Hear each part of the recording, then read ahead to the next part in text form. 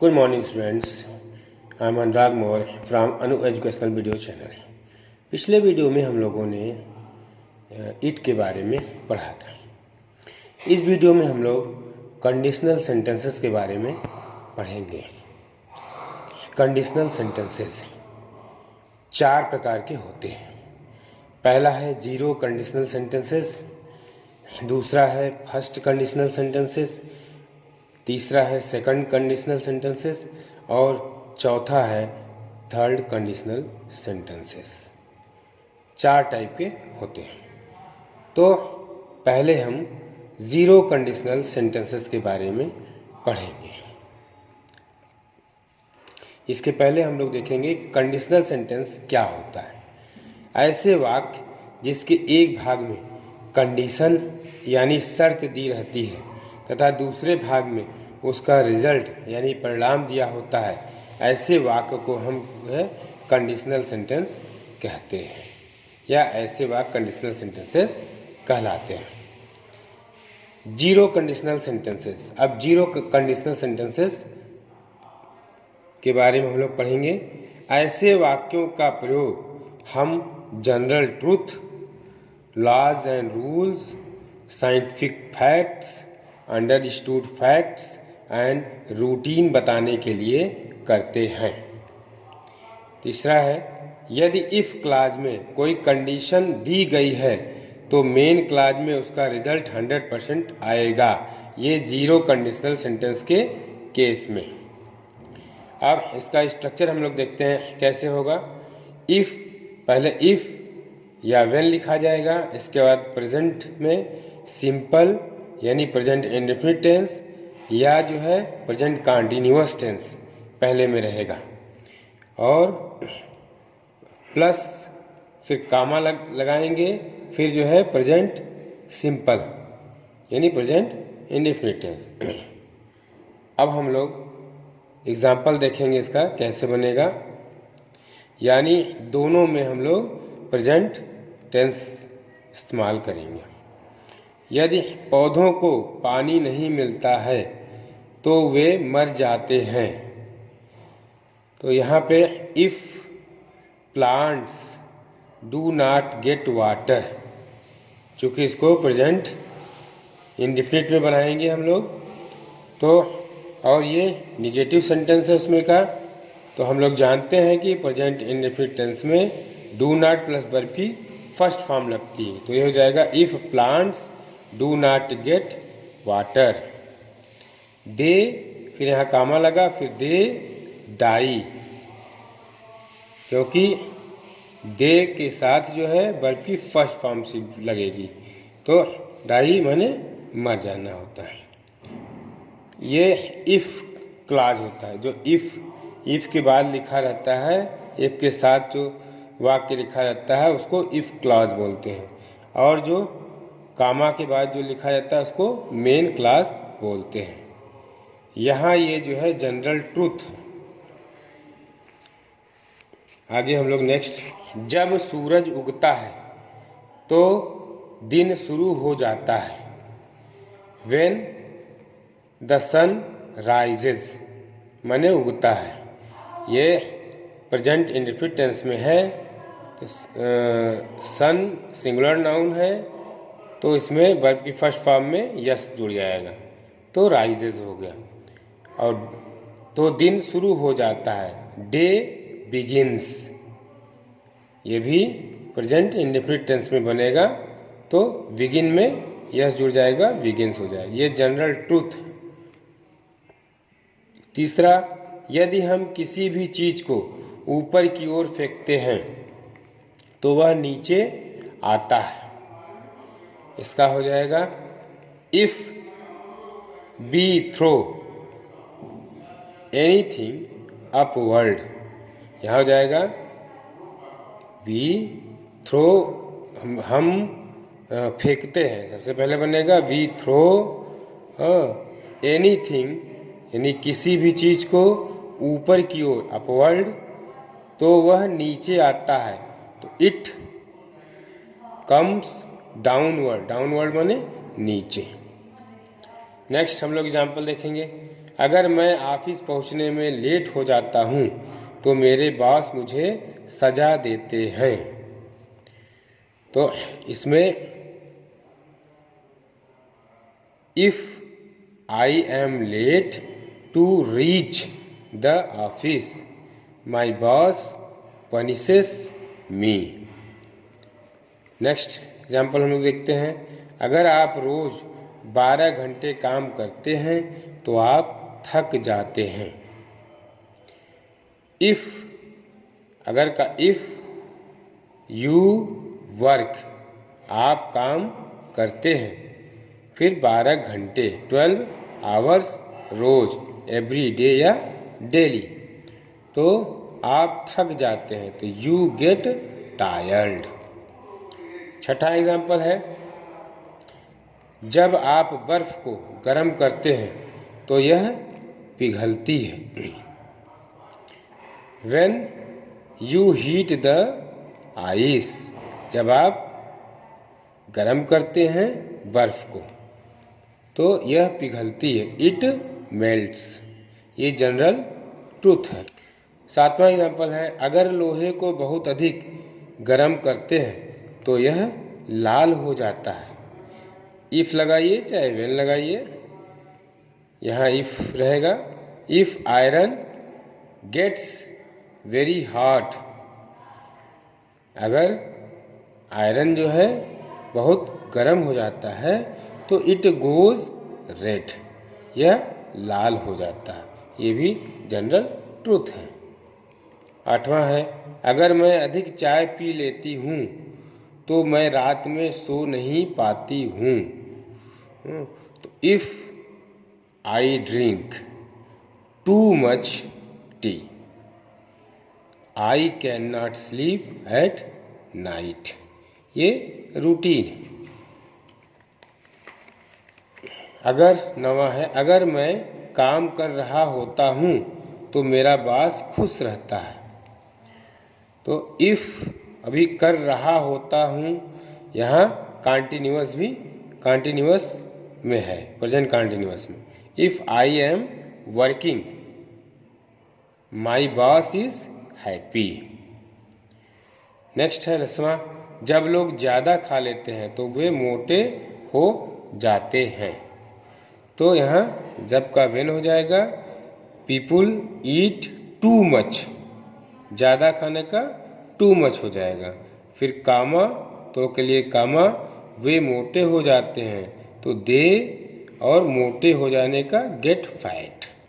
Next example, अगर पानी जमता है तो यह बर्फ बन जाता है। तो it water freezes, it becomes ice. तो ये scientific facts.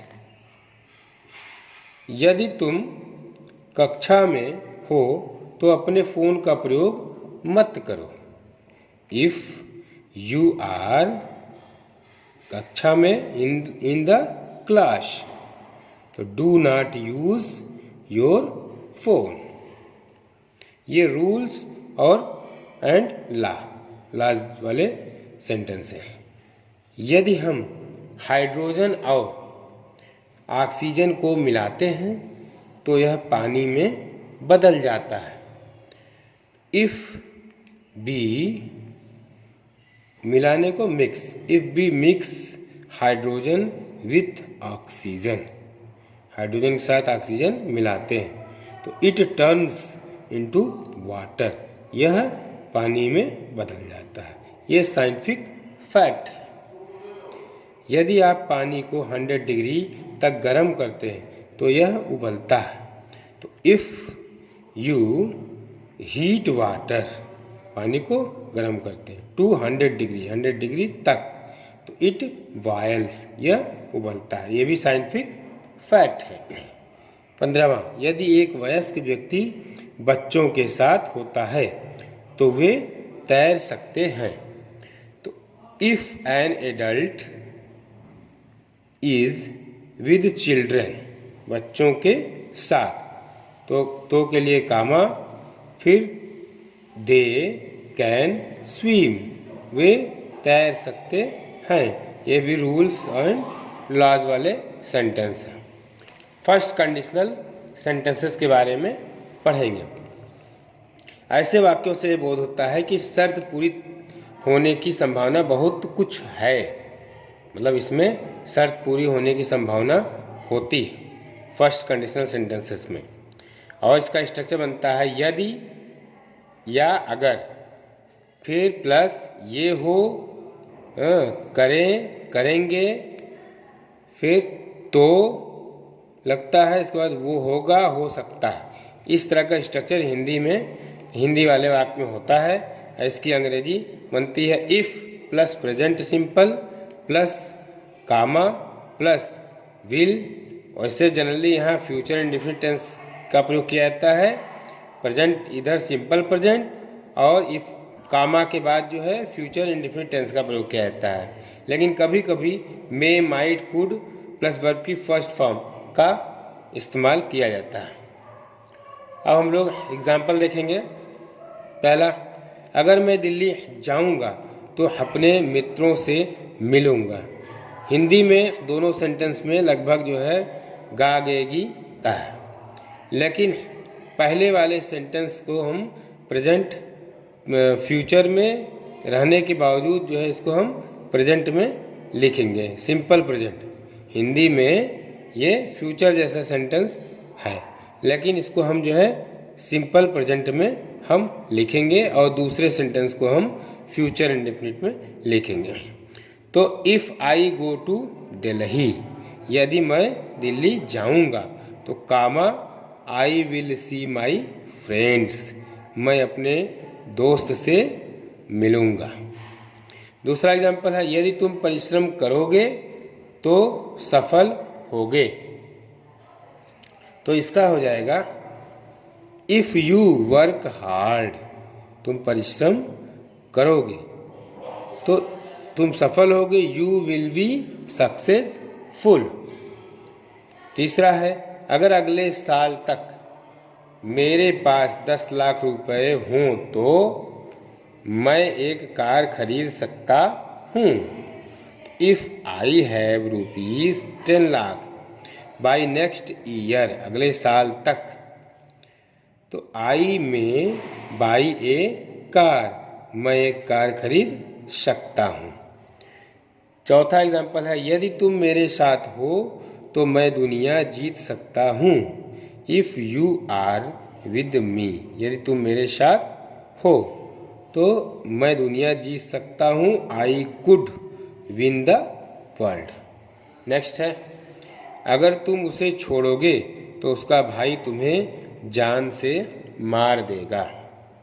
If you molest her, her brother will kill you. Next है अगर तुम मेरे पास आओगे तो मैं तुम्हें सब कुछ बता दूंगा। इसका हो जाएगा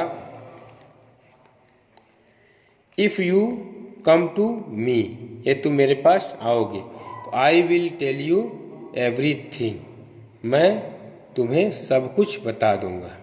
सातवां है यदि तुम परिश्रम करोगे तो छात्रवृत्ति प्राप्त कर लोगे। इफ़ यू वर्क हार्ड, तो कामा यहाँ करोगे है तो भी इसमें प्रेजेंट इंडेफिनिट टेंस लगा है, तो you will get a scholarship, future indefinite tense का प्रयोग किए हैं इसमें। आठवां है यदि मैं दिल्ली जाऊंगा तो लाल किला देखूंगा। If I go to Delhi, फिर कामा लगाएंगे, फिर आई विल सी, मैं देखूंगा, the Red Fort, Lal Qila. नौवां है यदि वर्षा नहीं होगी तो फसलें नष्ट हो जाएंगी। If it does not rain, यदि वर्षा नहीं होगी, कामा द क्रॉप्स, फसलें, विल बी ruined, नष्ट हो जाएंगी। यदि आप परिश्रम करेंगे तो समय पर काम पूरा कर लेंगे। If you work hard, comma you will complete the work in time, समय पर। यदि वह अपना सेल फोन खरीदेगी तो अपना मोबाइल नंबर देगी। इफ़ सी परचेजेस, यहाँ पे खरीदना का परचेजेज हो जाएगा। अ सेल फोन, फिर कामा तो के लिए कामा, फिर वह अपना मोबाइल नंबर देगी तो she will give you her mobile number. 12वां है, यदि मैं प्रतियोगिता में भाग लूँगा तो पुरस्कार प्राप्त करूँगा। दोनों में गा लगा हुआ है, लेकिन जो यदि से इफ से स्टार्ट है सेंटेंस वो प्रेजेंट इंडेफिनिट में लिखा जाएगा, दूसरा जो है फ्यूचर इंडेफिनिट में। तो if I take part in the competition तो I will get a prize. तो बच्चों आज यहीं तक। अगर मेरा वीडियो आपको पसंद आता है तो इसे लाइक करें, सब्सक्राइब करें तथा घंटी का बटन दबाएं, जिससे कोई वीडियो अपलोड करें तो उसका नोटिफिकेशन आप तक पहुंच जाए। धन्यवाद।